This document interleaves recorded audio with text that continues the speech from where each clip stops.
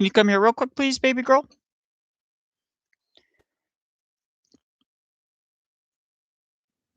Can you please take this and put this into the sink? I really appreciate it. Thank you very much, darling. Hold it tightly, though. It's filled, okay? You don't need to shut it yet. You can shut it later. All right. Love you. Love you, baby girl. Love you, love you, love you.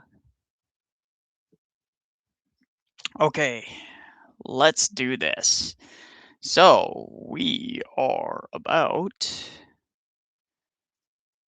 to get this all fixed up. Did I starve my daughter again? Always and forever.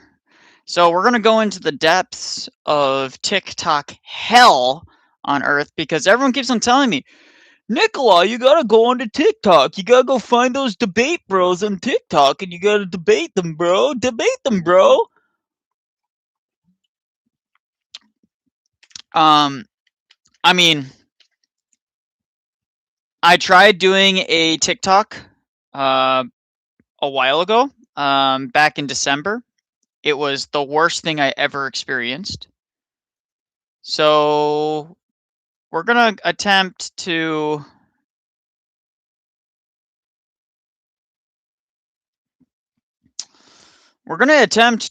find some people, I guess. I don't even know how it works. I don't even know how it works. So I know that you can like search people and things like that, but there doesn't I don't know how any of this works. So people, you're going to have to help me out. Okay? I don't know how anything works on TikTok. I just know that you can search people. Oh, Cleveland Father Ron. Father Ron's based. He's a good guy. That's fine. I only have a couple hours to stream today anyways. I'll do a stream maybe later tonight, but I only have a couple hours because I'm going to be watching some stuff with my daughter.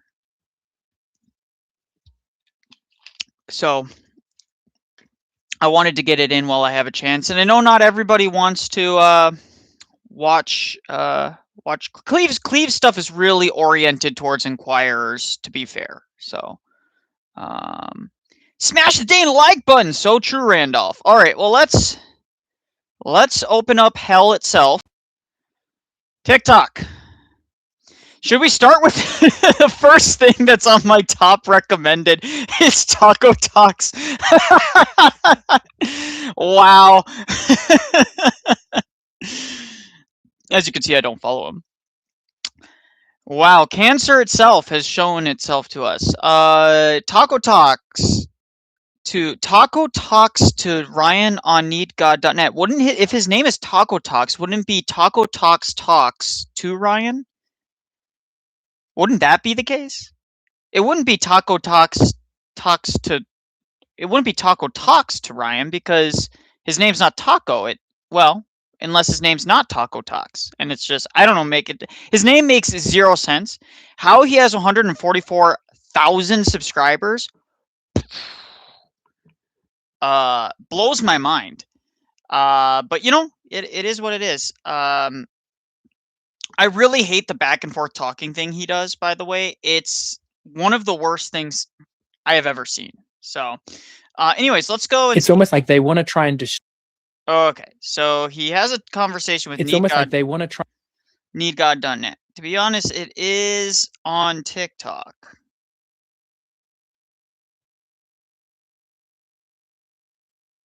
All right, guys. Try and destroy a Protestant. Try to destroy this rather than a pursuit of truth. It's I want to destroy this person and show. Oh, so now it's moral effing, right? We have to be more careful because TikTok and I don't know. I guess in theory my account could get banned if I'm not using safe words. So, but he's moral F slurring about impiety signaling about these guys they just want to debate me, bro. Like. What, you don't want to debate and defend your positions, which the scriptures say to do, by the way, to have an answer ready for all people that have an answer ready for these things. Be prepared to defend your faith, etc., etc. Like I don't understand why this is even controversial. But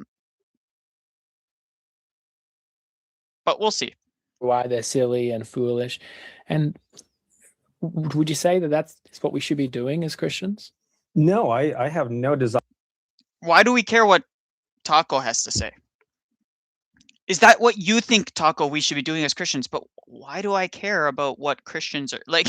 Like, why do I care about Taco's opinion about what Christians ought or not ought to do? What does his view bind me in any sort of way?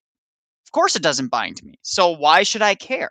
See, this is why, like, I never even approach most of these debates by even granting them that they have the ability to bind me to anything. It's like, okay, fine, fair enough. That's your interpretation. Why do I care? Right? Like, that's always that's my instinctual gut reaction is like, these people don't understand orthodoxy, and then on top of that, they're expecting you to defend the straw man they set up of orthodoxy. And it's like, why debate that? It doesn't make any sense to do so. To trash anybody. I want everybody to know Jesus. And so one of the best ways to do that is to show them that what they believe is not in line with the Bible. But it's not. Show me your Bible, bro. My Bible's bigger than your Bible. Like, we can go into these low-tier polemical rhetoric too.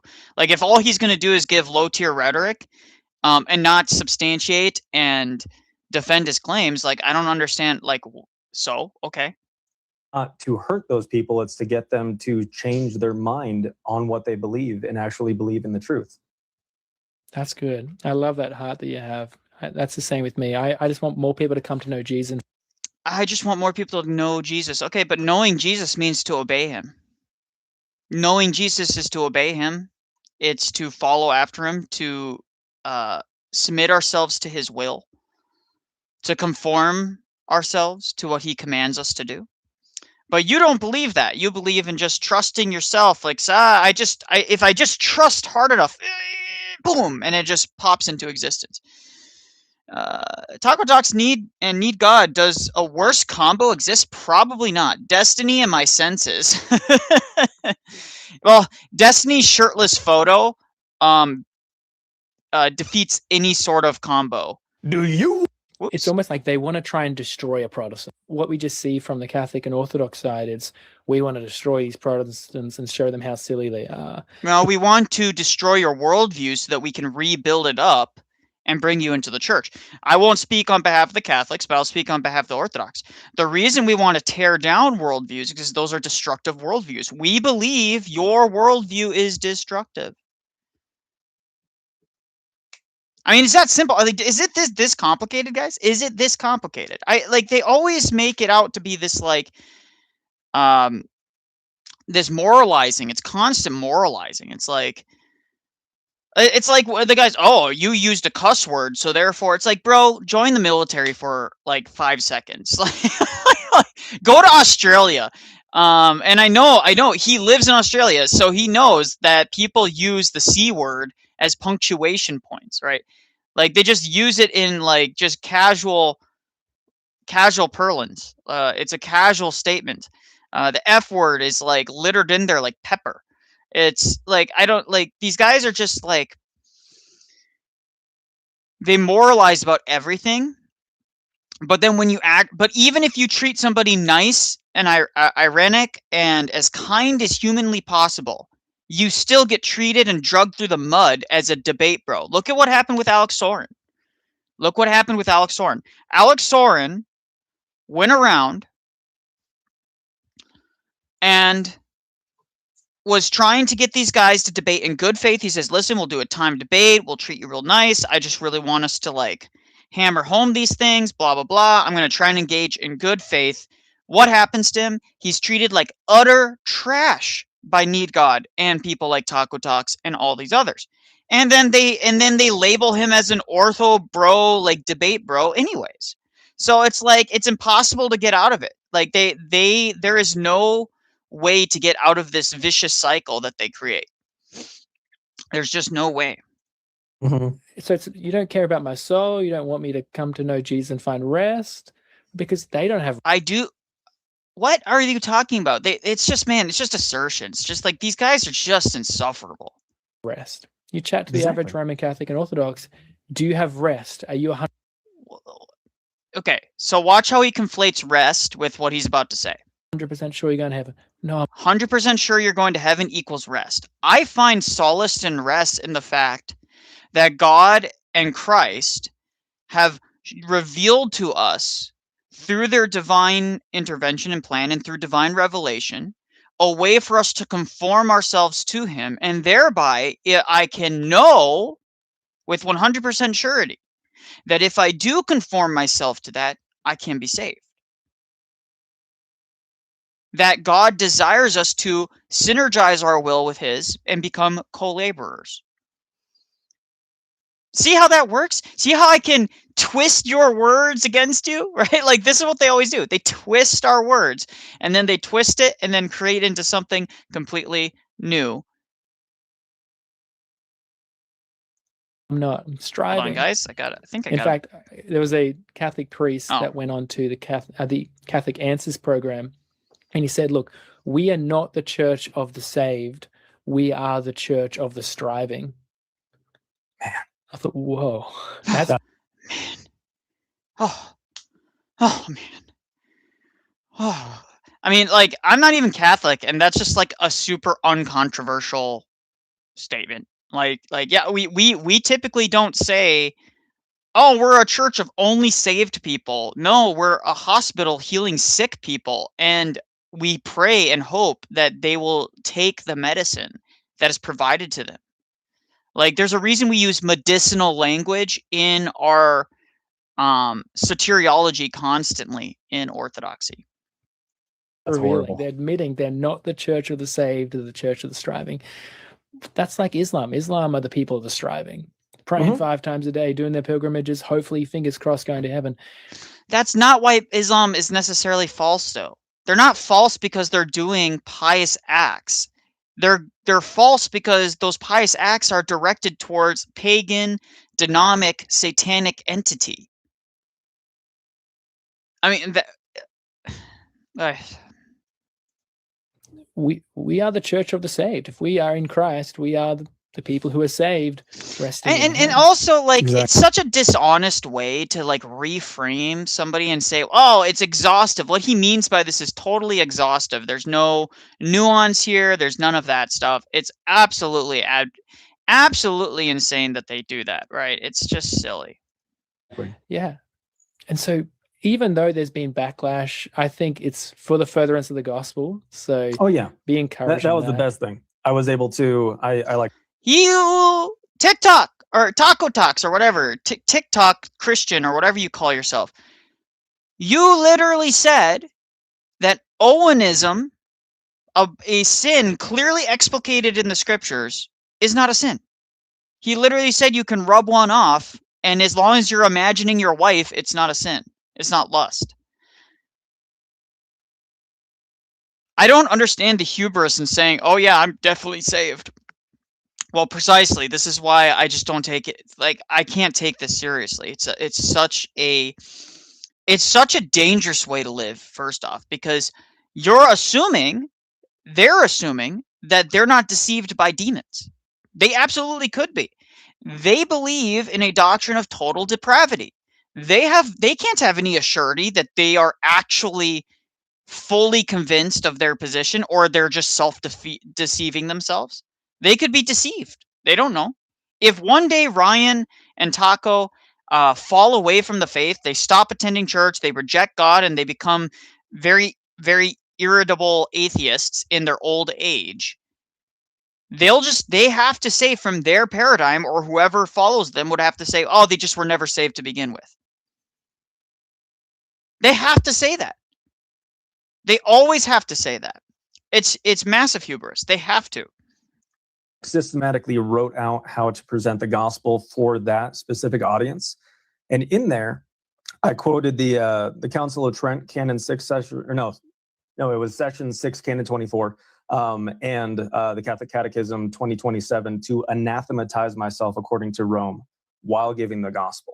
where if any Catholic were to say, like, that's what we believe, which a lot have, then it's exactly the opposite of what. It's just a word concept fallacy. I'm not going to defend the Catholics here because I think that's just very low tier. But and it's not my place to defend the Catholics. So Catholic bros, if you're out there, if you listen to this at a later date, sorry, it's not my job to defend your church. All right? If you have people making stupid statements, do better, right?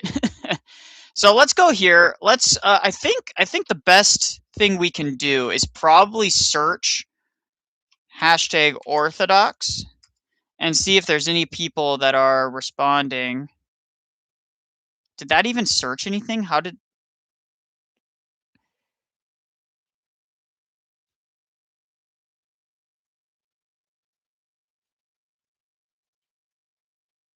I hate it when Bishop Emmanuel, who is not Orthodox, by the way, he's a Syrian Church of the East, is always lumped in with us. He's always lumped in with us. And, like, he gives the most generic sermons, by the way.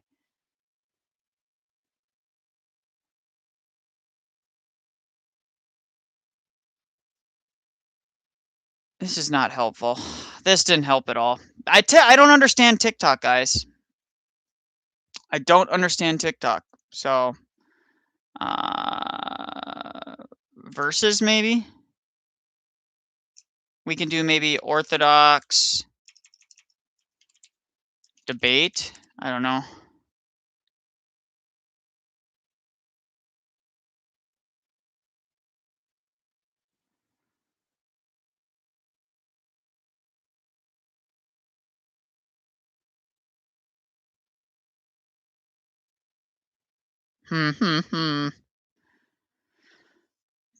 You'd think based on sola scriptura, they'd understand thou shalt not judge also includes themselves. Well, I mean, again, they just reinterpret it to fit their paradigm. It doesn't matter.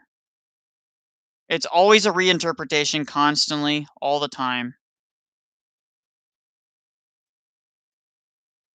Maybe if we look up Fearless Truth, I mean, Fearless Truth, he was just live not too long ago, so maybe he has some stuff. Fearless Truth.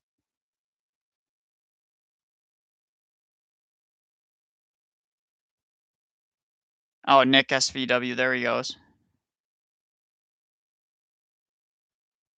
He does a lot of, like, anti-Muslim polemics, and I'm not all that interested in engaging with Muslims. I'm going to be totally honest there. Like, totally honest, not, like, Muslims are probably some of the most boring people I've ever had the displeasure of engaging with. Whether you want to refer to it as God lying or God changing their mind, what God says is going to happen to Adam in Genesis 2:17 doesn't end up happening. All right, let's see what he's got. And in Genesis 2:17, we have God telling Adam not to eat of the fruit of the tree. Why boring? Haha.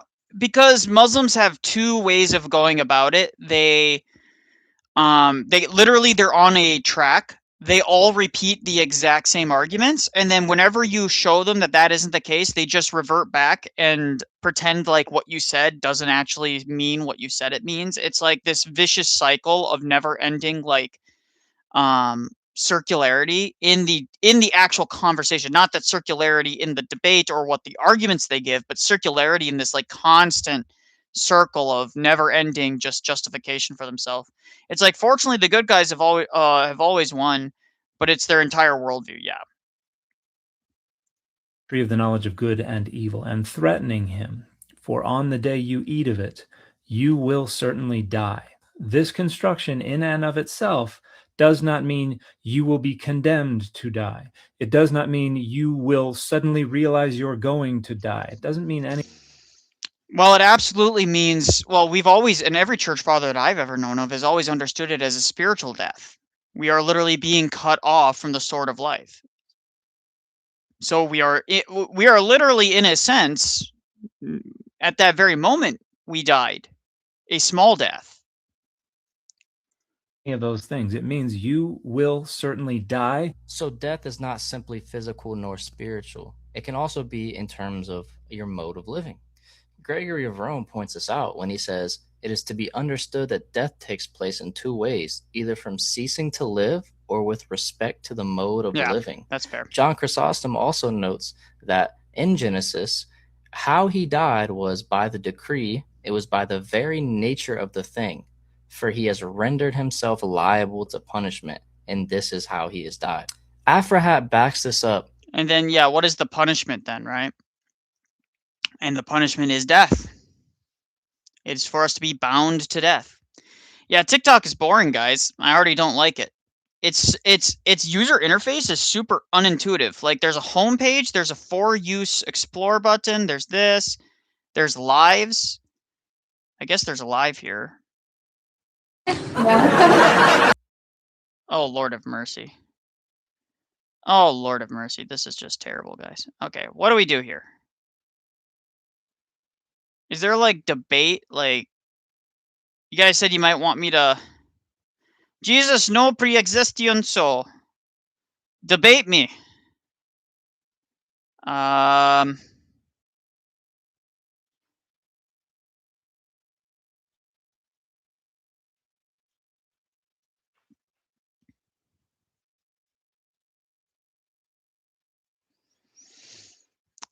There is nothing here, guys. There is nothing here. Is there not a search button in the, like, what is wrong with TikTok that there's no search, like, functionality for the live section? Oh, Krista, let's go! I hate everything about that. Guys, this is why this is the slop people watch. Lord of mercy. Debate, or, well, let's just say Jesus. I don't know. Debate? I don't know. I also, like, the problem is that I have the gospel of Jesus Christ. Who's calling in there? That's a bunch of... You can't justify your hatred towards someone from being LGBTQ. Okay, yeah, no one cares about that. Hell is an evil, stupid idea. I mean...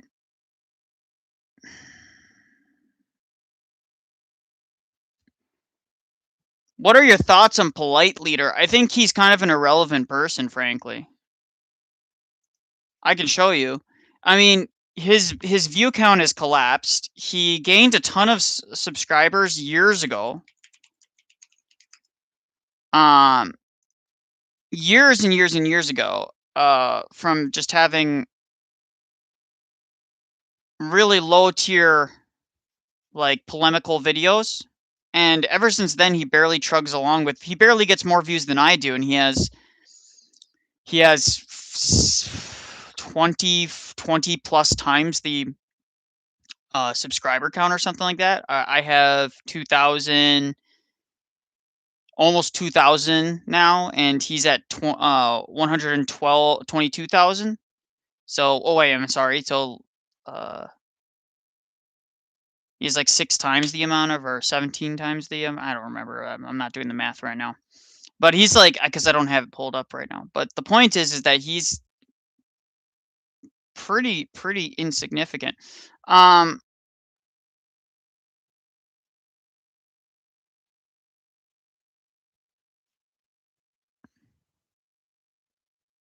Jesus didn't exist. Good Lord. I don't even know if I want to, like, try and debate this stuff with this low tier nonsense.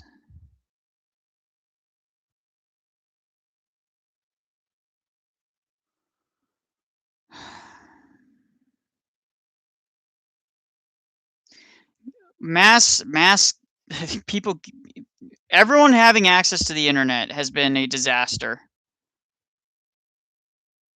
Let's listen to this guy.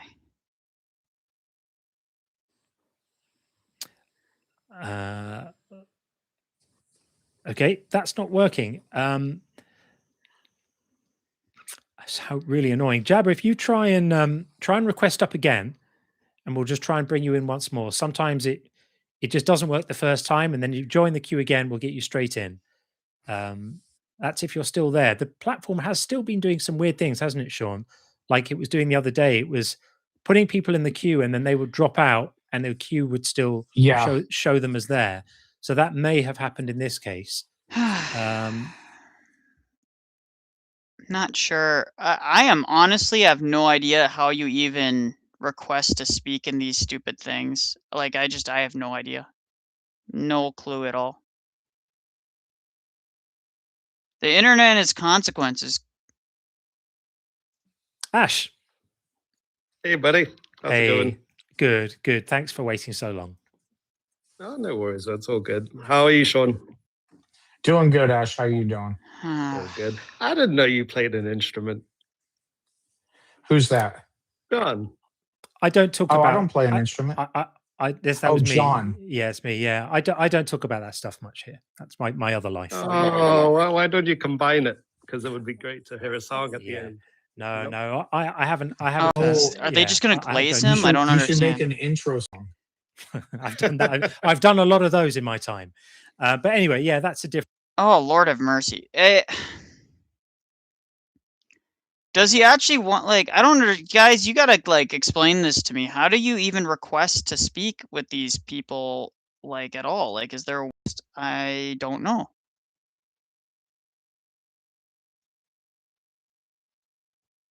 They try and distance themselves from, but yeah, that's the problem. An all-knowing, when you've got a God figure who knows everything, all powerful, then it's like, okay, so he just didn't know it was bad at the start, or you have to justify being stoned and stuff. It just gets a bit crazy. Tricky.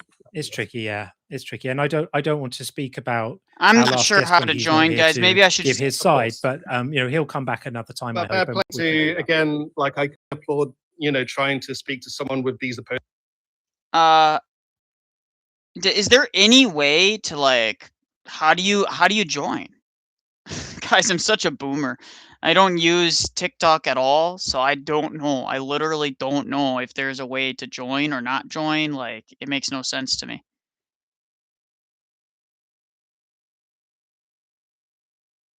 Do I freelance internet? Dude, I do internet security. I don't do user interfaces for for random social media.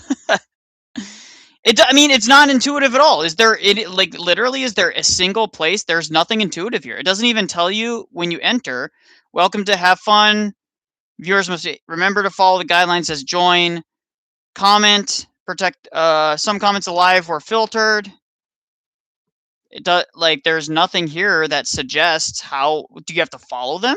I don't really want to follow this dork. Let's follow him real quick and see.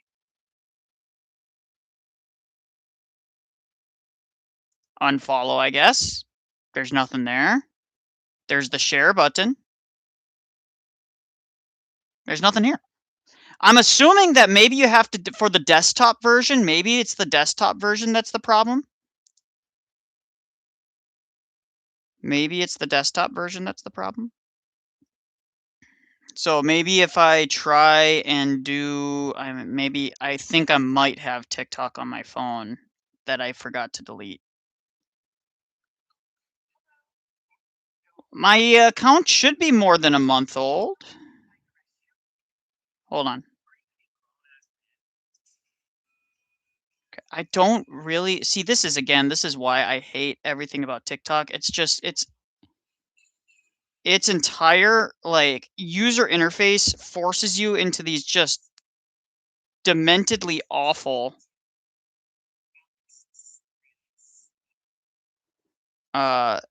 all right, so John Cohen.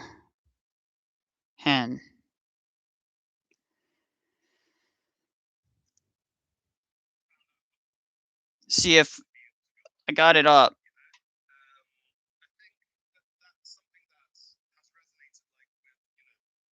See if is there any way? Okay. So there's ability to request on my phone, but there's no ability to request on my computer. So let's do that.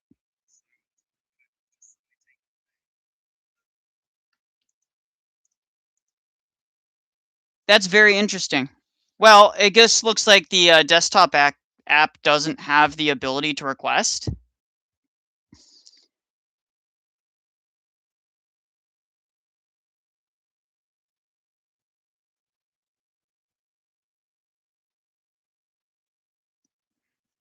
That's very odd.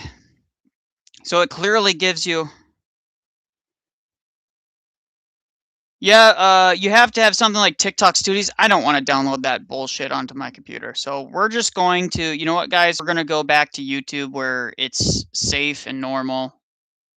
TikTok is very cancerous anyways. Let's go here, pull this up.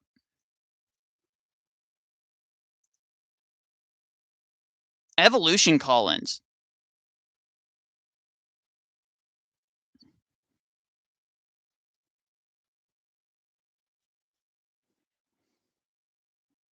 Should we troll Jim Bob for a little bit, guys?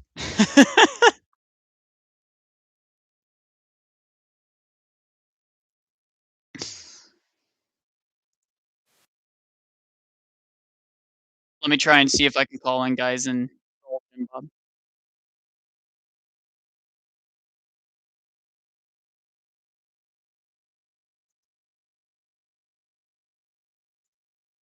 Questions like symmetry, where eyes, the placement of eyes. The cuteness question is kind of funny, actually. The cuteness question is quite good. Evolution just makes every animal cute they figured out. And that, you know what their evolutionary response to that is, right? You've heard it before, right? Oh, no. Evolution made things cute so that we don't kill our babies. I'm sorry. Were they first ugly? How many millions of years did they have to be ugly before evolution corrected and made cute things? Probably more time than you had cute things.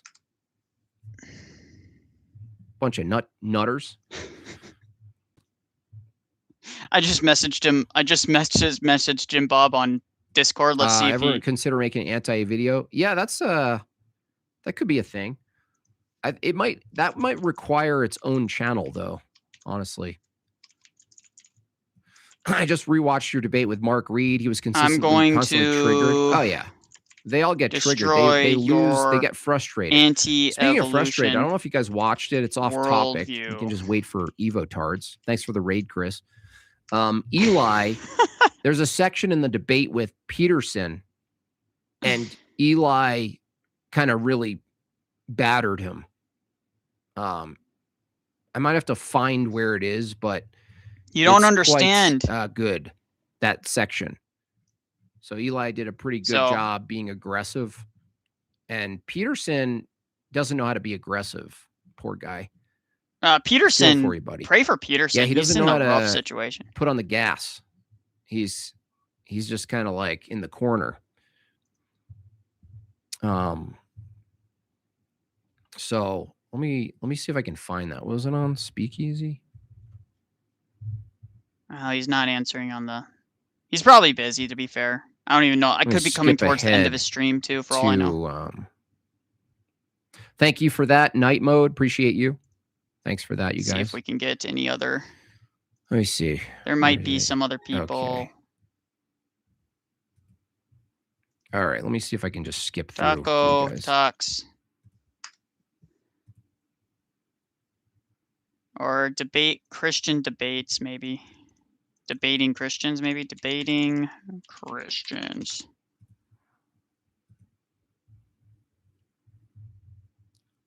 Jordan Peter was so close to having a great drug of all time, the Eucharist, but he fell away. I don't know what's going on. So they got into like what justifies knowledge, essentially. It's tag, right? And so Peterson was like, the universe does. And then Eli said, what's the universe? And he got him in a circular scenario where Alex Peterson O'Connor's said, Jubilee thing. I'd be interested to and Peterson critique said that. It's the collection of all things.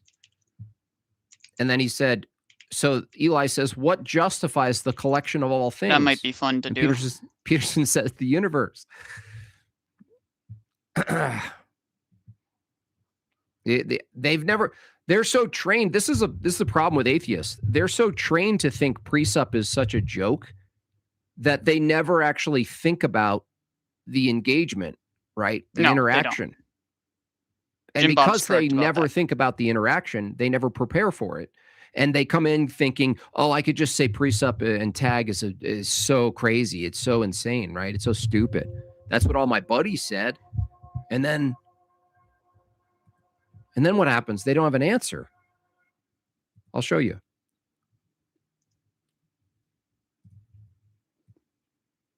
Well, if he so if I can find this.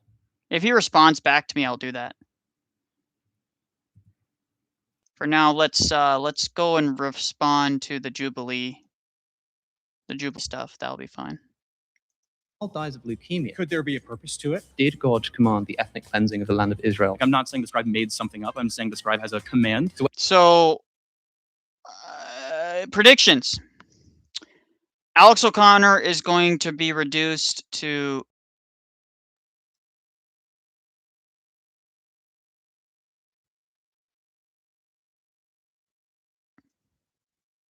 I'd do a call-in with Jim Bob in a heartbeat. He's a good guy.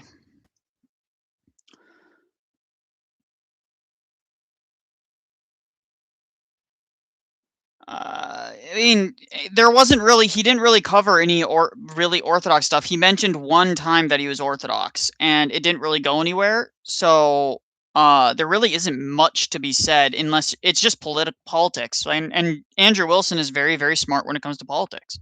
You don't have to agree with every strategy or idea he has about politics, but it's pretty solid stuff. You can't go wrong just watching it, frankly, the highlights. Where did they get that command from? From God. I had Jesus appear to me 3 years ago. I don't know what's happening now. I have to suspect it's some kind of psychological phenomenon. Hi, my name's Alex O'Connor. I'm an atheist and host of the Within Reason podcast. And today I'm surrounded by 25 Christians who, God willing, might be able to change my mind. My first claim is that suffering makes God's existence unlikely.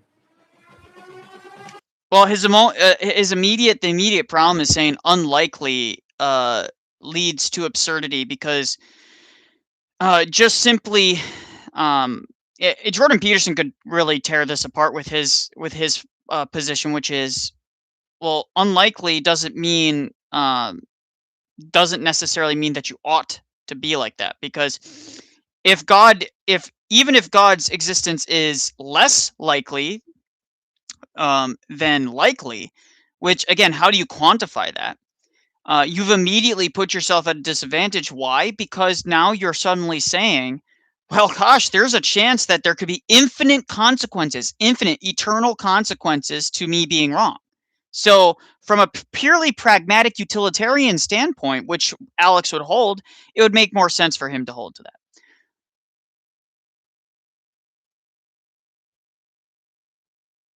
Yeah, if you're not into politics, you probably wouldn't care.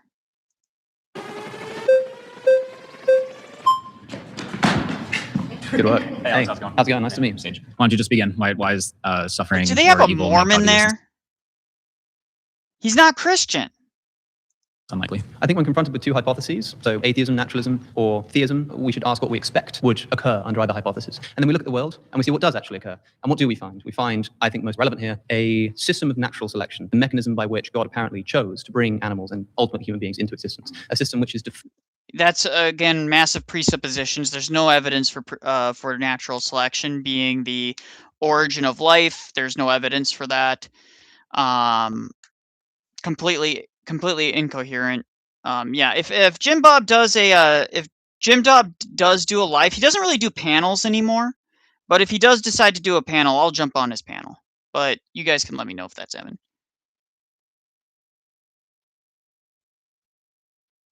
Find by suffering. Survival of the fittest is the same thing as the death and suffering and destruction of the unfit. Yeah, then a Christian just rejects that. Told the very mechanism that God chose to bring about the human species as the ultimate end of his creation was one that is imbued with... Yeah, no, we believe that Adam and Eve were literal people. So if the Christian grants any of this, he's immediately lost. Don't grant any of it. Why are you granting him a single thing? It's the burden is on him. He's making the claim. He's making the claim that the origin of life is rooted in natural selection and common ancestor. Then the burden is on him to demonstrate that. Don't grant him it. let's see if the Christian does. With suffering, such that 99.9% of all the species, let alone animals, that have ever existed on planet Earth have been brutally wiped from existence into extinction. And I think that that's less likely. Okay, but why do we care about animals? Again, like from his paradigm, none of this makes sense. Suffering doesn't, he can't make sense of suffering. And actually suffering is a meaningless term because what is suffering? Suffering only makes sense in the under the purview or understanding that there is a framework that can make sense of, because what is suffering? It's pain that is unnecessary, right? It's unnecessary. So from his point of view, it's absolutely necessary. On theism. In fact, that even defeats his position, because you could say that God created a necessary world where it's necessary to bring about a greater good. One could reasonably say that. If you assume atheism or materialism, not only do you explain this, you also come to expect it. What is your, I guess, epistemology? How do you know that this is the case, that it's less likely, and that, you know, an atheist worldview, a naturalistic worldview would look like the way it is today? Of course we don't know, but that's why I use the phraseology of unlikely. I think that if you were to tell somebody... Notice I use the phraseology. It's like, he tries so hard to be smarter than he is. I mean, this is an allegedly Oxford-educated guy. The reason he is as popular as he is because he's posh, he's relatively well-spoken, he's clean-cut, and he wears a suit okay. That's the only reason he is popular. The profound being, I also find this constant smoking, cursing, and drinking incredibly cringe and gay. Yeah, that's totally fine. You don't need to like how he acts, but I don't see any problem with it. So, who was sort of in some Rawlsian state of nature, hadn't seen the world, and by the way, Andrew used to be much worse when it came to cursing before he was Orthodox, much worse. So the world has been created by an omnibenevolent, all-powerful God. What kind of world would that person be imagining? And if you dropped them into the world, if you were given the opportunity to become a wild animal, like in 2 seconds, I was just going to turn you into a random wild animal somewhere on planet Earth. I like being a guy. I think you'd probably kill yourself before I had the opportunity, because you know that the life of these animals is almost defined in terms of their suffering. I guess I just... Okay, yeah, but then why do we care? If the animals don't, from his worldview, the suffering is necessary. It's necessary. So we have an explanation for suffering. Suffering is a result of the fall and because of man's disobedience to God. And God is allowing us to live with the consequences of that, since we were made the stewards of the created order, right? The stewards. He made us stewards of it. So because of our fall and the fall of the angels, or a third of the angels, that has a cosmic effect on all of creation of our own free will. It was totally of our own will that this happened. Just don't really see how you can justify that claim per se. What I would say is that if we actually take into account the holistic view of the scriptures, which I do think that you have to do. No, I mean, he doesn't justify. I never heard Andrew justify it outside of saying, listen, if you're going to have a problem with my car, saying, don't watch me. We see that it's actually much more coherent once you acknowledge that evil itself doesn't have ontology. Evil's not a thing. You don't look under a rock and say, there's the evil, right? And so I'm not really talking about evil here, because that's, of course, a moral term. I'm talking about suffering. Can you distinguish suffering and evil? So evil is a moral term. Evil means that something is bad, it's immoral. You need to have a moral ontology for that. Suffering is just any experience that's not wanted when experienced, right? And so even if you don't have a moral objectivism, you can still say that suffering exists. So here's a question. A deer gets its leg caught under the branch of a tree that's fallen over in the wild, and it starves to death in confused agony. Why does God oversee this? And why does God set the natural world up such that events like this occur? Free will. Well, because the ultimate view here is that... Okay, pause. Nice to meet you. This is by the way, this is just a horrible way to set this entire thing up where people can vote people off. You got to give people at least a few minutes, guaranteed a few minutes, before you can vote people off. You have to let them at least get an argument. Also, if someone is voted off, they're allowed to finish their last thought. This is just a dumb way to do this. 게임 회사에 취업하고 싶다고요? 포트폴리오에 이거 없으면 탈락입니다. 바로 게임 출시 경험이 Good work. How's it, man? How's it going? Nice to meet you too. Okay, so my first question to start out with is what exactly about suffering makes this unlikely on the condition that God exists? I think that if God is all loving, then he probably wouldn't want his creatures to suffer. And so I think that the fact that they do suffer makes his existence less likely. Okay, perfect. And is there some specific aspect of suffering that you're particularly honing in on, horrendous or whatever? In particular, non-human animal suffering? Because I think that the Christianity has a celebrated non-human animal suffering. So he's whining about animal suffering. Why?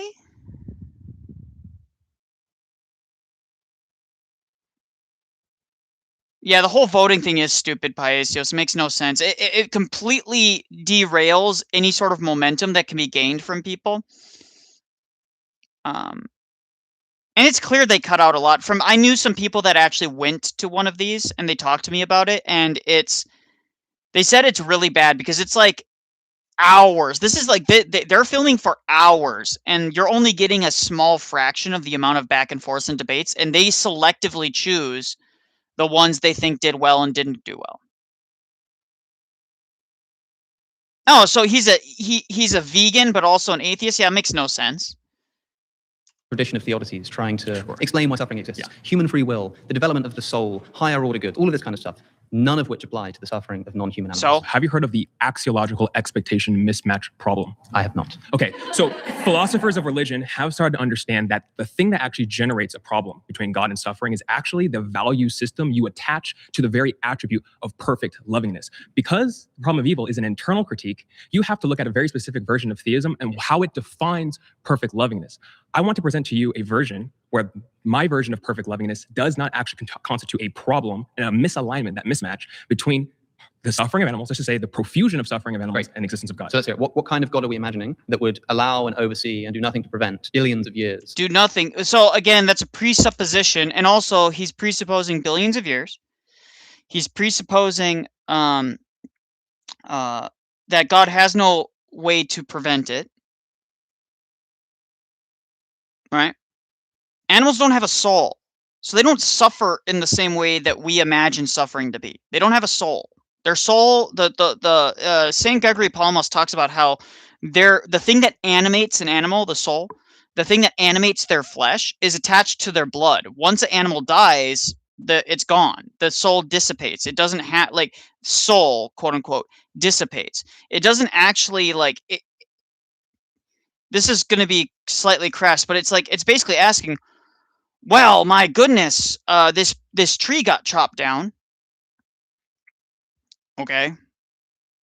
Yes, it's tragic. We don't want these things to happen. We don't want the created order to suffer as a result of our negligence and our lack of stewardship. But that doesn't mean that God is allowing it in it doesn't mean that God is in perpetuity, doesn't have a plan to end it, right? It doesn't make sense. Have you seen this guy, Esoterica, that argues that Yahweh was a polytheistic deity that had a wife? Yeah, I've seen people make those kind of claims. It's stupid.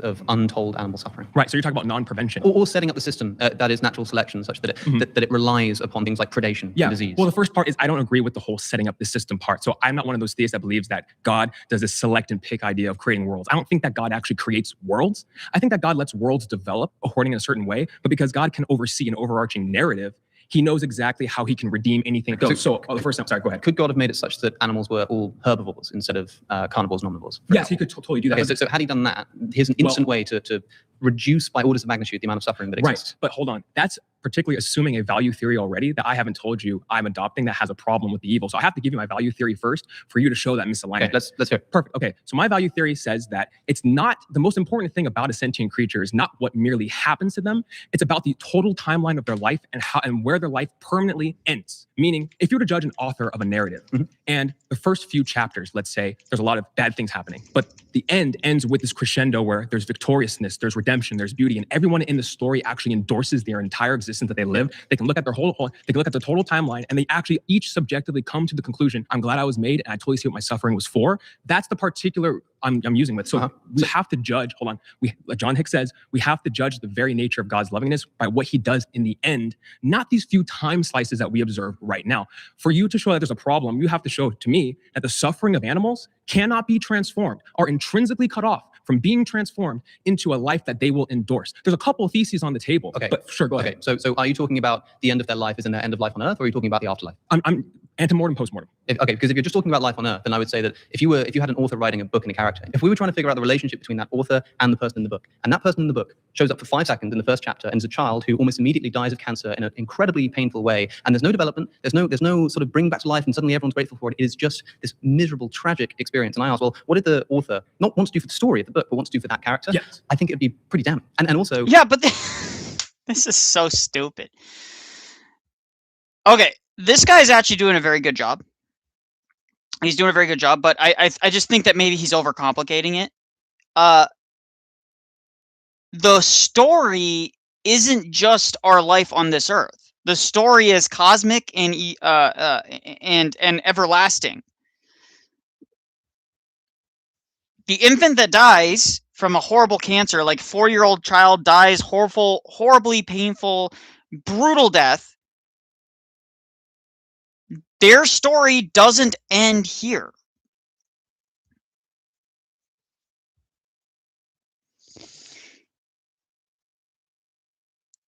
Connor has every baseline for his beliefs except the foundation. He literally has, well, which means basically nothing. RB says he is the Holy Spirit who leads them into all truth. The world cannot receive him because it isn't looking for him and doesn't recognize him. That's fair enough.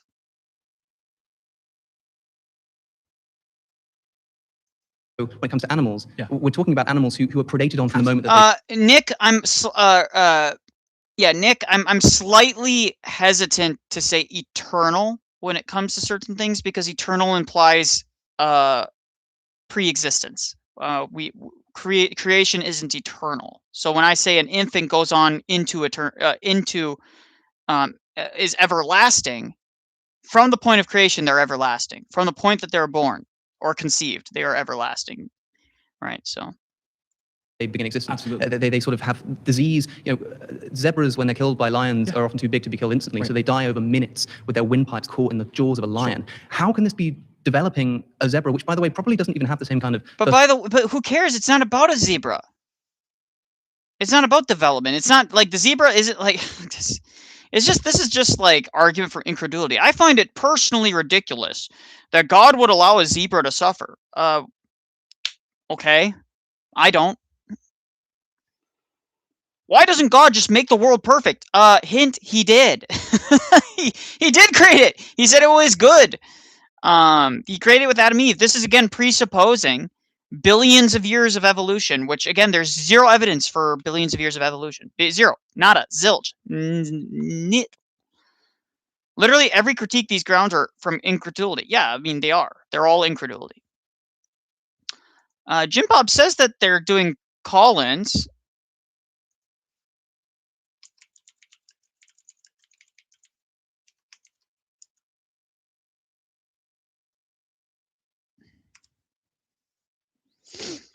I'm not a gaytheist, so I can't call into Jim Bob's stream.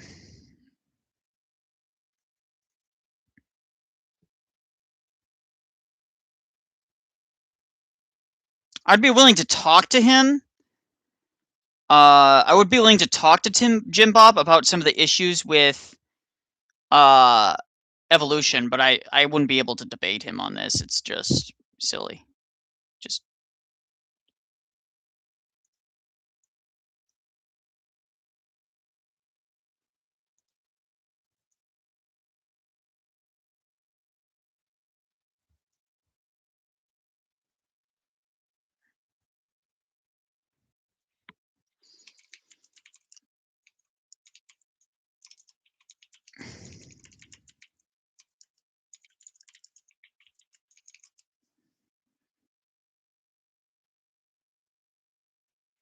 Yeah, so he's not doing call-ins for just anyone, so I just asked. I confirmed. Quick thoughts on the Book of Enoch. I find it absurd. I don't bother reading anything that's not in the canon. When it comes to anything that's considered scriptural, but it's extra bit, I just don't do it. The only ones that I read are ones that are thoroughly endorsed by the church as efficacious to read. If the Book of Enoch is not efficacious to read, and I can't find any church fathers, and I can't find modern saints that think it's efficacious to read, I just don't read it. The Shepherd of Hermas is said repeatedly to be efficacious to read. Oh my gosh, why am I blanking on it?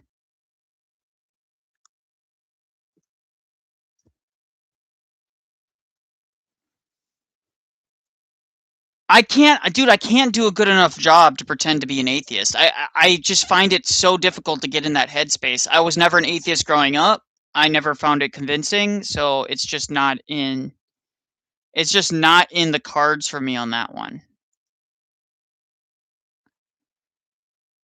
I do miss when Jim Bob did a lot more live stream call-ins, especially when he was doing stuff with like Posh and things like that. Person conscious experience that humans do in order to sort of rationalize and abstract and learn from their sort of past and morally develop in that way, they just suffer. And what kind of God could oversee this?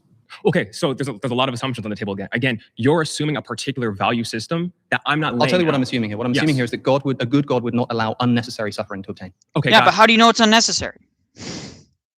Yeah. So we can talk. We can talk about unnecessary suffering. We're talking about the But unnecessary suffering is quantifiable. Okay, so unnecessary means that on the large scale, on the longest scale of things, that it doesn't have a greater good that results from it, right? And if there isn't a greater good that results from it, then that one could reasonably say that is unnecessary, right? But because eternity is eternal, because it's everlasting, because this is not the end for us, and creation and the created order goes into eternity, one could reasonably say, even from an atheistic paradigm, that the good that results is greater than what doesn't result, right? Than the suffering, right? So at that point in time, if the eschaton is into eternity, then there is no problem. I just don't it just makes no sense. It's totally, and also it's arbitrary too. So he cares very much about the zebra, but do you think Alex O'Connor cares all that much about like the freaking ant he steps on? No, of course not. Hey, Nicholai, I was curious what do you say about Taco Talks and Ryan, so I backtracked and was in several seen the two. I kind of want to go watch Taco Talks, but again, he's not willing to debate anybody. It's just very frustrating.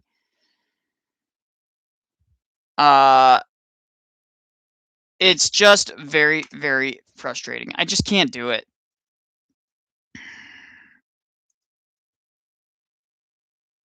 Let's go to here.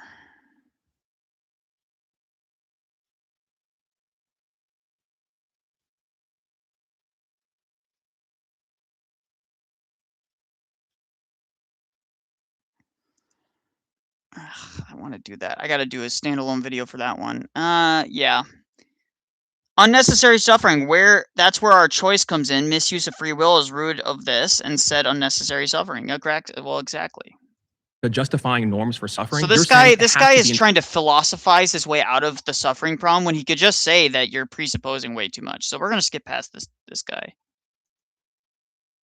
보통 세무기장 10만 원 정도 하는데 비즈넷 케어에서는 월 3만 원에 이렇게 No way, 3. Introducing ClickUp Super Agents, the world's first AI agents that natively. Hey, how's it going? I'm awesome. I would love to pull back a little bit and ask you, what are your values kind of rooted in and grounded in? Where would we start? So I'm an ethical emotivist, which is a form of ethical non-cognitivism. I don't think that ethical claims have truth value. I think they're expressions of emotion. If we're pulling back a little bit, I remember reading at the end of Richard Dawkins' book, The God Delusion, that we can't trust our senses because evolution doesn't really care about making truth claims. It cares about surviving. I don't know. Do you agree with that? I don't think Dawkins actually endorsed that argument, but it's a good argument. C.S. Lewis, Alvin Plantinga, the argument from reason, sure. But would you agree or disagree with that? Well, I mean, I remain agnostic on what reason is, but I think it's a powerful argument. Well, in terms of determining suffering. I remain agnostic about what reason is. Then how can we trust your reasoning about this very statement? Like, oh my gosh, it's just laughable, laughably bad. suffering is wrong or right. So, okay, so crucially, I'm not saying that suffering is morally wrong. Outside of the senses that I as an emotivist will just express an emotion towards it, that I don't like it. I'm not claiming that it's immoral, that it's objectively bad. What I'm claiming is that suffering is unexpected on theism. It's an internal critique, right? Lincoln said of slavery, if this is... It's an internal critique. It's not, because in order for it to be an internal critique, you have to adopt the Christian theological paradigm, which you have not done. The Christian theological paradigm holds that there was Adam and Eve, and before nothing. You're holding to billions of years. And yes, I'm sure there are a few Christians that hold to billions of years, old earth nonsense, which doesn't make any sense, and all this stuff, and that we're actually evolved and things like that. If some Christians hold to evolution, that's a problem for them.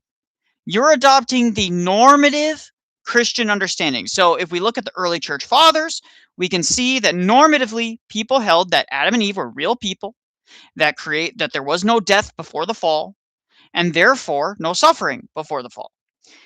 After the fall is when all this comes into play. So he hasn't even properly done an internal critique. He hasn't even properly done the internal critique. He's immediately going for, well, I'm doing an internal critique. No, you're not. No, you're not. You're critiquing a very small subset of all Christians. Nicholai, how many times do you get recommended Korean videos instead of European videos? About 50-50. You got to remember the algorithms are heavily slanted towards what you've previously clicked. So if I search a lot of things that are European oriented or American oriented, the algorithms are going to heavily slant that way, even if occasionally they'll recommend the occasional Korean stuff. Now, in terms of ads, they're almost always going to be location based. And that's because the algorithms are heavily influenced by location based content. There are ways to manipulate that, but it's very difficult. This is partly what I do for my business, is that we try and help businesses understand the algorithms, implement plans and marketing strategies and other things in their websites and otherwise to understand these algorithms and try and use them to their benefit. But yeah, anyways, I just wanted to go into that. Is not wrong, then nothing is wrong. You don't have to believe that something's wrong, but if there is such a thing as objective morality, I don't think that it would consist in a God who oversees the amount of suffering that we have on planet Earth. Timothy Keller does this story about no-see-ums. Have you heard of the no-see-um story? No. Yeah, so he says if you have a tent and you look in there and you say, hey, I think I have some dogs on the tent. Maybe, like, for example, I have a golden doodle. He's a killer. That was just a joke, but we can move on. And if I say, hey, I have a golden doodle inside the tent, you would expect to see one. But if I said, hey, there's some no-see-ums, these little gnats are so tiny they actually go through the screen. Sure. He says, there's some no-see-ums in the tent. You might look in there and go, I don't see any no-see-ums. But of course you don't see no-see-ums because nobody can see them. Okay, so just because there's maybe not a reason that we can identify doesn't mean that there can't be a reason. Now, it's kind of cold comfort. That doesn't get us 100% of the way there, but it gets us part of the way there. That's true. So the existence of evil is not logically, or suffering is not logically incompatible with God's existence. But it's a bit like if somebody came up to me right now and stole my friend. So if it's not logically incompatible, this isn't evidence against God. Nicholai, I have a question, but it's not relevant. Can I ask it? Go ahead, ask. I don't care. Wallet in front of me and shot him dead and ran away, and I was grieving, and somebody said to me, well, hey man, you don't know, that person might have worked for the CIA, and your friend might have secretly been harboring the nuclear codes, and killing him might have been good for the country, and he stole the wallet because that's what the codes were. And I would say, well, what evidence do you have for that? And you say, well, look, just because I don't have evidence for it doesn't mean that there might not be some evidence that I don't know about. I would say, until I see why I should think that's the case, I'm not going to believe it. And I'm so this is just, again, argument from incredulity. It's really boring. Low tier slop from Alex so far. Not impressed with Alex O'Connor. Not impressed. Not impressed. Not impressed. He needs to do better. Certainly not going to be less upset in my grieving over my friend because of the possibility that there could be an explanation for it. There's so much suffering imbued in the human experience that if somebody says, well, look, there could be an explanation, it's like, okay, fine, but let me know when you know what it is. Oh, great. I think the thing that's hard... Pause. You've been voted out by the majority. Please return to your seats. So lame of a like, how do they do this? It's so lame. Just getting in to the depths of the conversation that are necessary, and because everyone else wants to get their 2 cents in, they vote them off. It's just ridiculous. Hey, thanks. Right, thank you. Good fun. What it shouldn't be other contestants. By the way, it shouldn't be other contestants that vote them off. It should be an audience that's listening to the debate. If they are going to do a vote off, it should be audience. There should be an impartial audience, 50% atheist, 50% Christian, 25 of each, that choose to kick somebody off. But why on earth are we having people that want to get their own 2 cents in, voting somebody else off who's just starting to get into the core of the argument? So frustrating. How much North Korean goods can you actually buy in South Korea? You can't. Like North Korea makes their own cigarette brand. Can you buy those? No, you can't. South Korea has very, very, very strict sanctions on North Korean goods. You can't get them here. You can maybe get North Korean goods from China or Russia. That's it. So.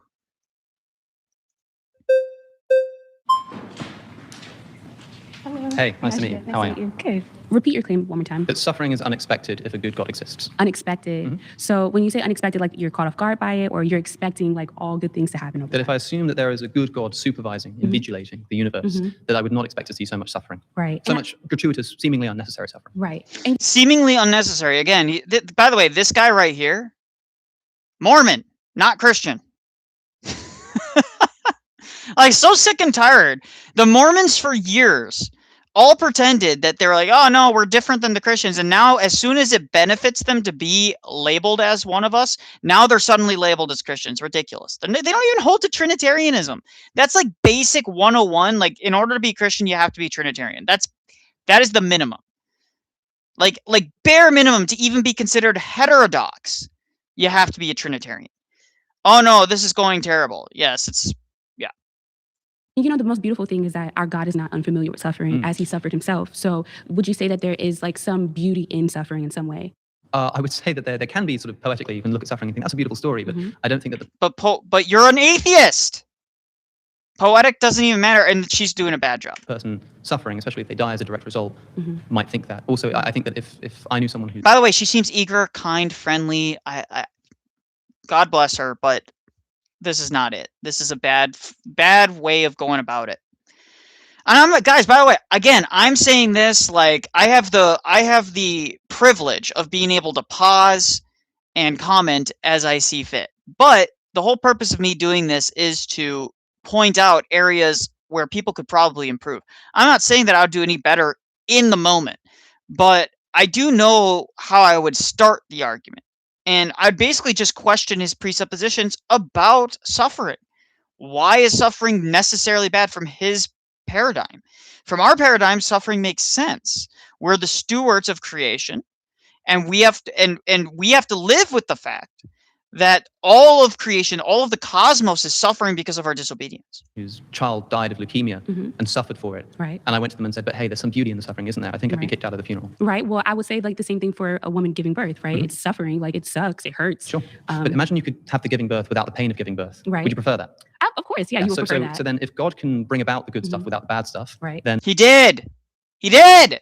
Why is no one calling this out? Why is no one saying it?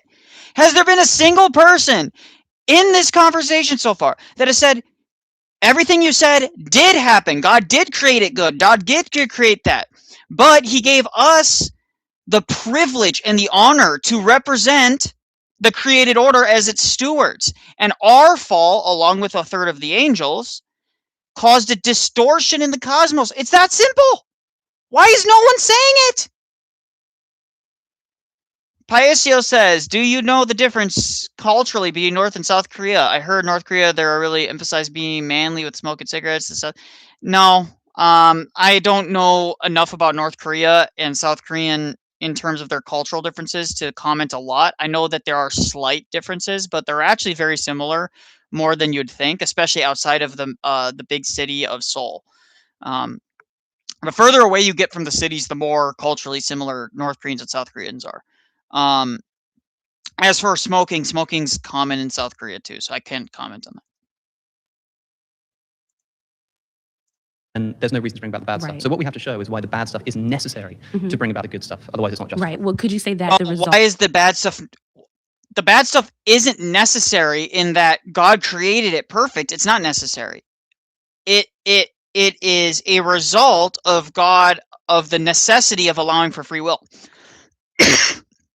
Without free will, then your question makes no sense. Free will is the linchpin of it all.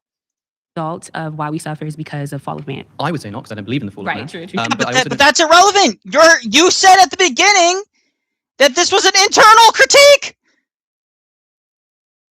What's your opinion on smoking as Orthodox Christian? I think that it's generally unadvisable to smoke if you do smoke and it's just something you do on occasion as like a hobby. I don't think it's a huge issue. I think that's a pastoral question, actually, mostly. So I think that explains non-human animal suffering. The big thing that I want to keep pressing is that the theodicies that we talk about, free will, fall of man, all of this kind of stuff, I don't think applies to that deer with its leg caught under the branch. Jim Bob did a call-in. Hold on.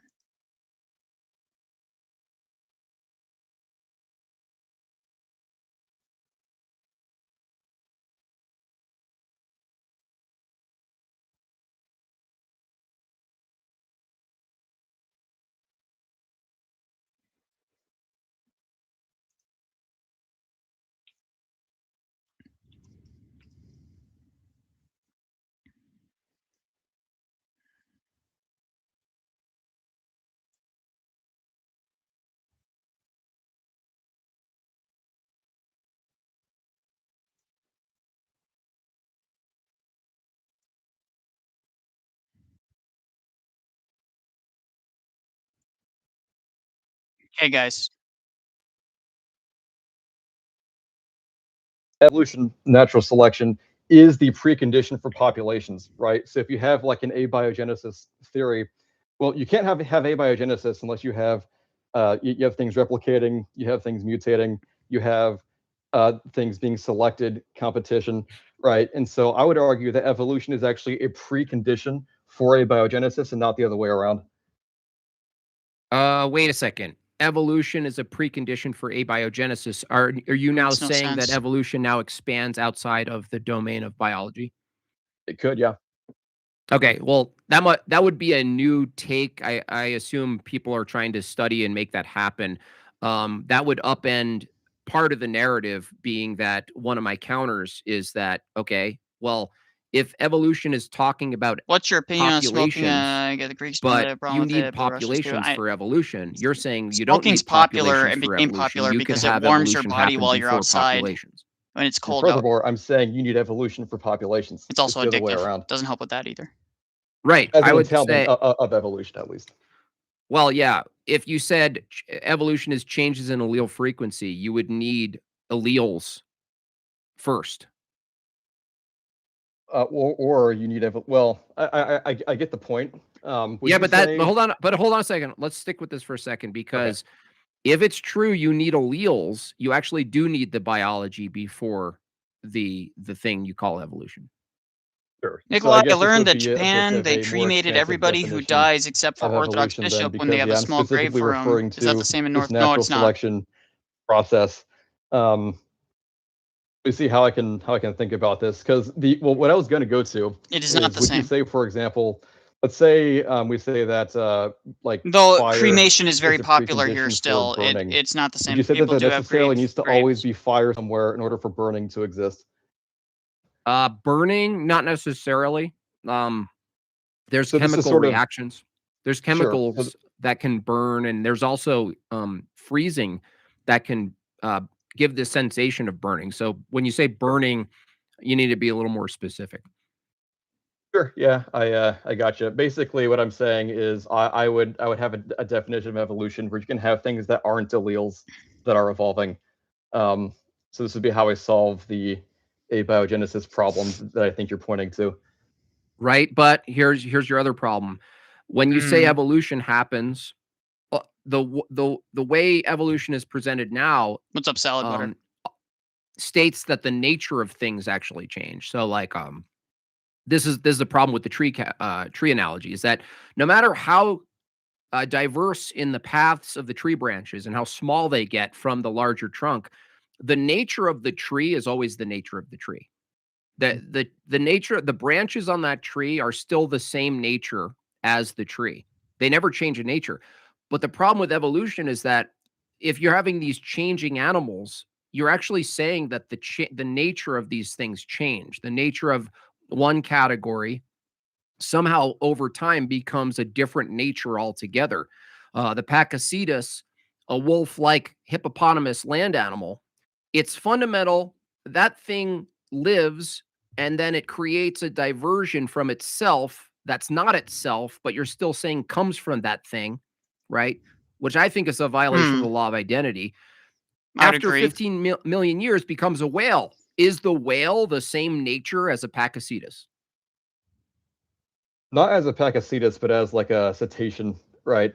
So this is definitely where our understandings of the analogy differ. I think we mostly agree on the analogy up to this point. This is, I think, where the thing in question itself is.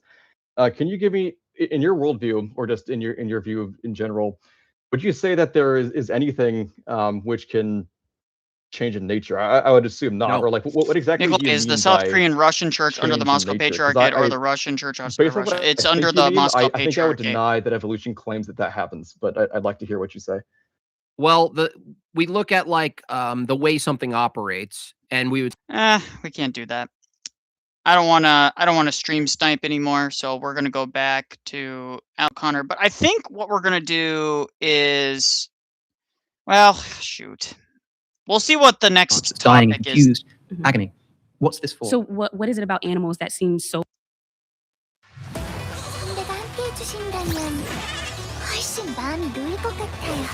Scripture, right? And so one of my greatest. Okay, so God, what is going on? God commands genocide in the Bible. And again, this comes back down to and. Like what? Like so? Like that's what it comes down to. It's like so. Like why do we care? Like from his paradigm, it doesn't matter. From our paradigm, it makes sense because God is preserving a certain thing. He is also the author of life. He can restrict people's life if he wants. And I would say that we find genocide in Scripture. I would argue, though. So you agree with my claim? Yeah, I think it's in Scripture. Yeah, I mean, I think it's in there. Okay, right? well, thanks for watching, everyone. Yeah, this is good. Yeah, good stuff. So, I mean, but here's what I would say I ought to do with this claim as a Christian, if you're okay with entertaining that idea, right? So we see mass murder in Scripture, right? And so one of my greatest friends, Rabbi Josh Mass Stanley, murder. No. No. He already made a mistake. You don't say mass murder. First off, you have to explicate if it is murder is the unwarranted killing of a life. Unwarranted. Right? If God commands the death of a people because those people are rebellious by their very nature and they have a soul, and the God of that nation is evil and totally depraved, and it's actually better to eliminate them than allow them to continue to persist in this fashion because it would actually be worse, then there's nothing wrong. There's nothing wrong with God commanding their destruction.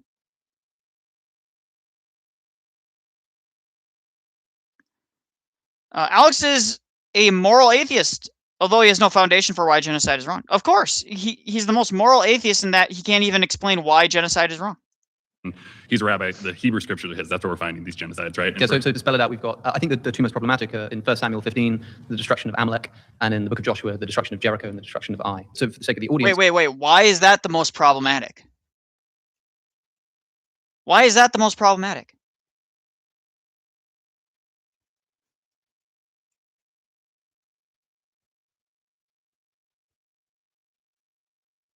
Did the Moscow Patriarch Church in South Korea face any persecution to the Soviet era by the South Korean government? No. But it also ceased to exist because of the Soviet Union stopped existing there was no more funds going to the church. It was sustained, the church there initially was sustained by Tsar Nicholas II. After the Bolshevik Revolution, there was a single priest that tried to keep it together, and he did manage to keep it together until the Korean War. And during the Korean War, that priest disappeared, I guess. He not disappeared. I don't even know if disappeared is the correct way to say it, but he basically they think he died from the communists, but no one's exactly sure what happened to him. He could have been, I mean, for all we know, he could have been blown up by a shell and no one ever found his body. He could have ran away. He could have exiled himself. All sorts of things could have happened. No one's exactly sure what happened. Could be a martyr. Could be a saint and a martyr. We don't know. There's no evidence for it. We've tried to do some research into it, and there's just, I mean, obviously all of the records were basically lost. And then there was a priest, one more priest that tried to maintain the church there for as long as possible, and then it was taken over by the ecumenical patriarchate by the South Korean government. And the South Korean government took it over because they said that because there was no person that owned the land or sold land that could claim it anymore reasonably, that they had the authority to basically remove it and bring it over to the Greeks. And then there was a lot of controversy around that, a lot of controversy. For a while, it was kind of ignored. Both sides just kind of agreed that's like, oh, fine, you guys are here now. But after the 2018 Moscow versus MP or EP issue, that sort of came to the head, and the Moscow Patriarchate reestablished their presence in the Korean Peninsula. Before they were only in North Korea, now they're both in North and South Korea. You might not know about this. In 1 Samuel, for example, the Amalekites are a Canaanite tribe. They're in the land that's been promised to Israel. Okay, but remember, who are the Amalekites? They're not just Amalekites, they're just random people. They're Canaanites. Now, remember who the Canaanites were. Some of the most depraved, evil people ever.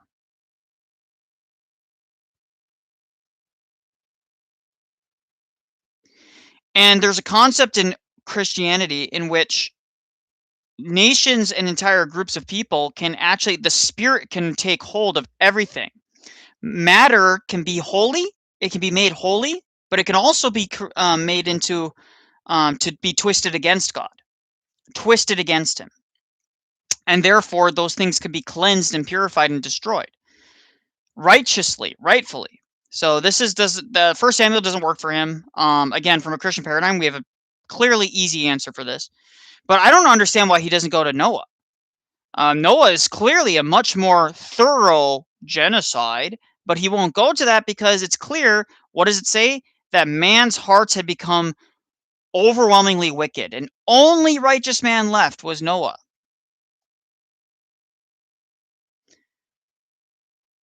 What's my opinion on indie rock? I don't mind indie rock. Some of it's good, some of it's bad. You didn't miss much. TikTok was a disaster. It's a really bad platform, and there's really not much to go on there. And it doesn't let you call in from your desktop, which is very frustrating.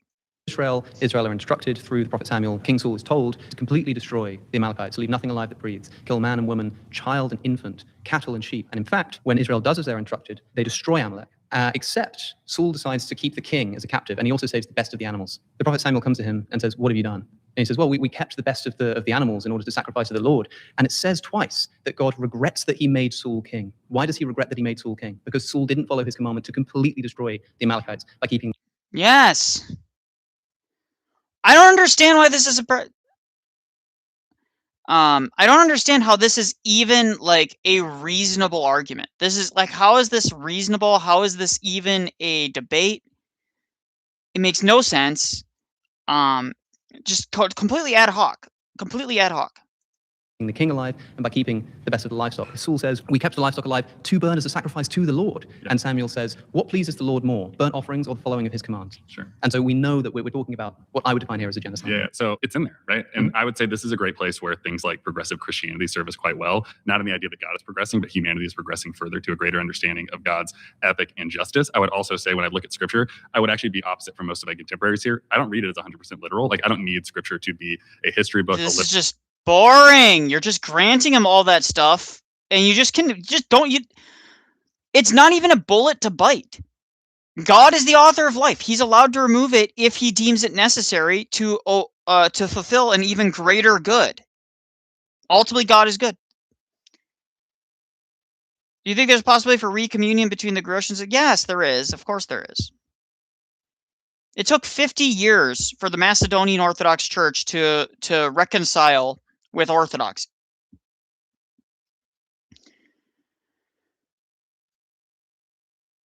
Literal book. So I look and I have to say that is into religion and for me of just trying to make commanding this to happen. Okay, pause. I think you're asking the Bible to do what it wasn't intended to do, is what I would say. Sure. Hey, thanks. You've been voted out. Please return to your seats. Whoa. What's that? I just built a budgeting app in Base 44. Guys. I'm sitting. Okay, if he touched it first. If he touched it first, then yes. I need to get down the adrenaline just a little bit after that run. Yeah, I think what you bring is interesting. Like, I think, if we were to look at the literal definition of Bible, I think we can see that God commanded a person to commit genocide. So I think we're aligned there. You mean the definition of genocide? Yes. Yeah. So with that being said, though, I think when we look at Christian theology in the full, when Adam and Eve decide to disobey God, technically we're all, subjected to death, subjected to the wages of sin, the penalty of sin. I'm not a perfect person. I deserve the worst, right? And that's because, and the only reason why I'm happily breathing is because, Jesus saved me, right? And well, where are you going with this? This is meandering.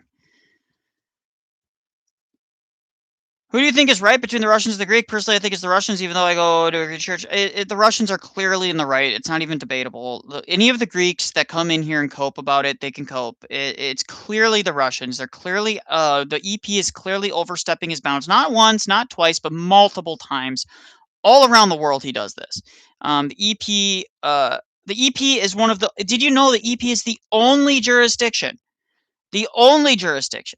that refuses to recognize the autocephaly of the OCA. Now, they recognize it as autonomous under the Moscow Patriarchate, but they do not recognize its autocephaly because only they are allowed to grant autocephaly. Only they are allowed to grant autocephaly. That is what the EP believes. That is, of course, historically bunk. It's nonsense. And it's ridiculous. And none of the other jurisdictions agree with that. The Russians, the Russians clearly have that ability because they granted autonomy to the Japanese Orthodox Church. They granted autonomy to the Ukrainian Orthodox Church. They granted autonomy to the Belarusian Orthodox Church. They've granted autonomy to many churches, but they're still under them. This is the problem with evangelicalism. They are liberal in the view of the man shouldn't be disciplined or yell at or be angry with the wife, which applies to the God as well. Yeah. Yo, is that Tafo? I don't know who that is.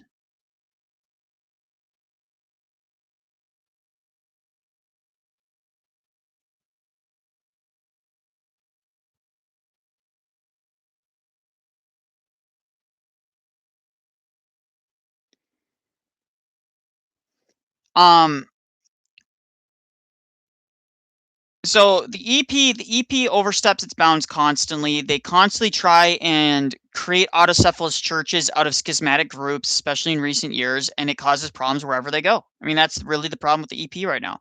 And it's all in an effort for like unity and orthodoxy, quote unquote, so that they can push towards unity with Rome. But it doesn't work and no one's buying it. Even within the EP, there are a lot of dissenting voices. There's a lot of bishops that are not happy with what the EP is doing.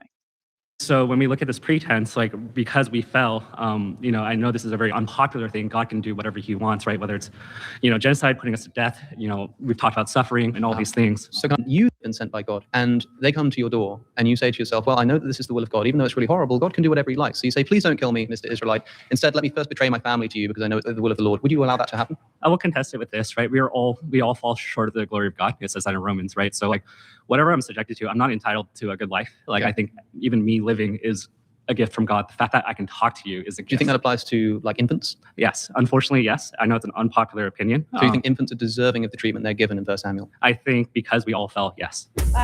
No.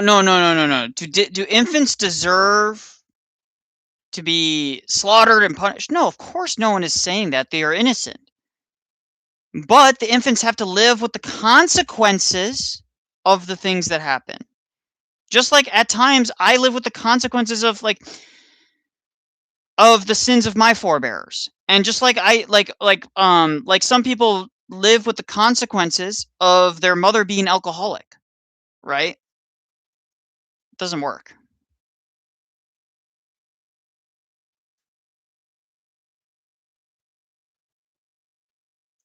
I'm sorry, you've been voted out. Sorry. Please return to your seat.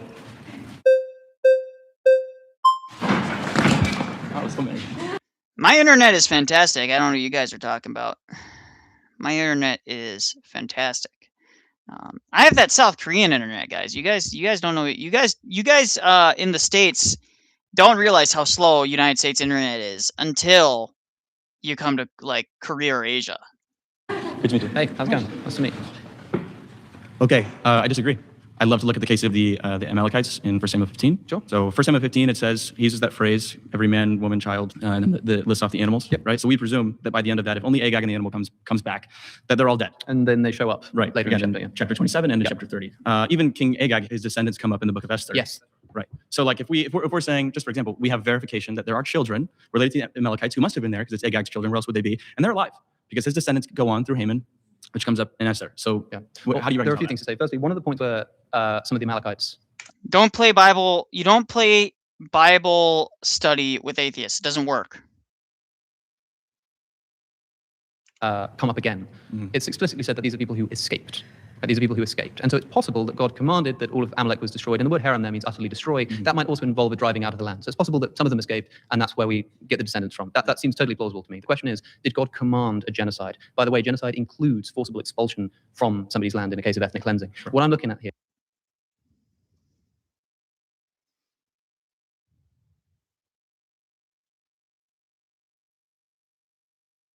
Not much. We don't have a Paisios. We don't have a lot of translations of stuff into Korean.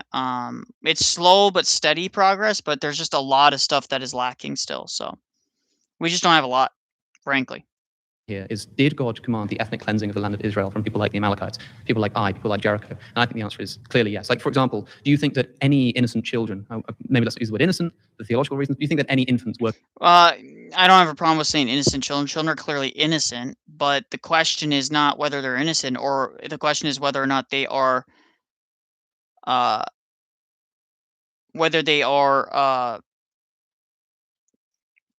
subjected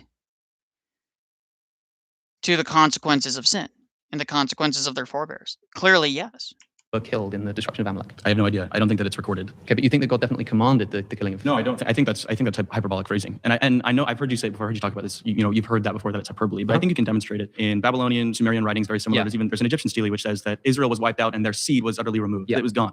And so we've got like comparable phrases used in other ancient Near Eastern communities, in their historical texts that talk very similarly, but like we know that the Jews persisted to exist in Israel, even though the Egyptians said that they were no more. And that text explicitly says man, woman, and child. Yeah, this is boring. But I wasn't going to do a long stream, and I promised everyone that I wouldn't do a long stream. So we're going to do one more thing. Father Ron has been doing some great stuff. And I'm trying to see if he does a response.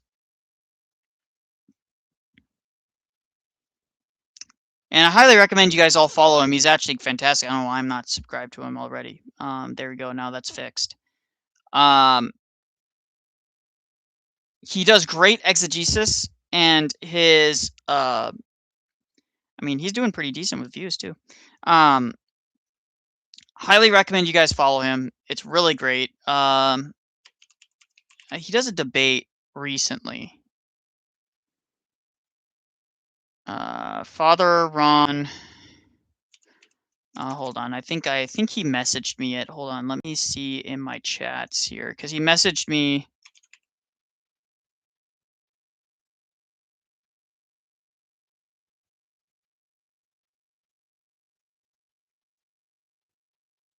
There we go.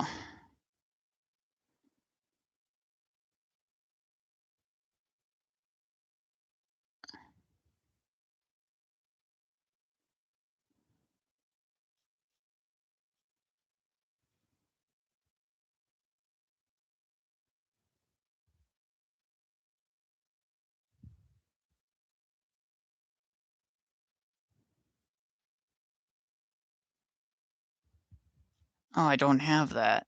Oh, you know what? Maybe he did it on his profile, so we'll check his profile. Hold on. We'll share that.